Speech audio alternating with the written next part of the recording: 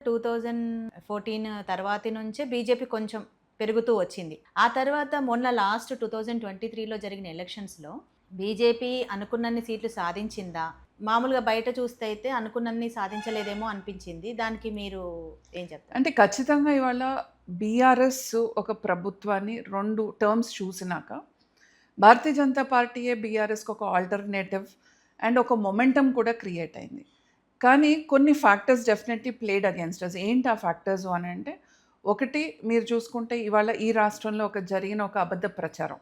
అది BRS, BJP ఒకటే అని చెప్పి కాంగ్రెస్ పార్టీ తీసుకెళ్ళిన ఒక అబద్ధ ప్రచారం అయితే, లేదు రెండోది కర్ణాటక ఎలక్షన్స్‌లో అక్కడ Bharatiya Janata party government form చేయకపోవటం, అక్కడ కాంగ్రెస్ పార్టీ ఫార్మ్ చేసి, దాని ఒక ఎఫెక్ట్ ఎంతో కొంత పక్క రాష్ట్రం ఉన్న మన దానిపైన కొంచెం పడ్డం.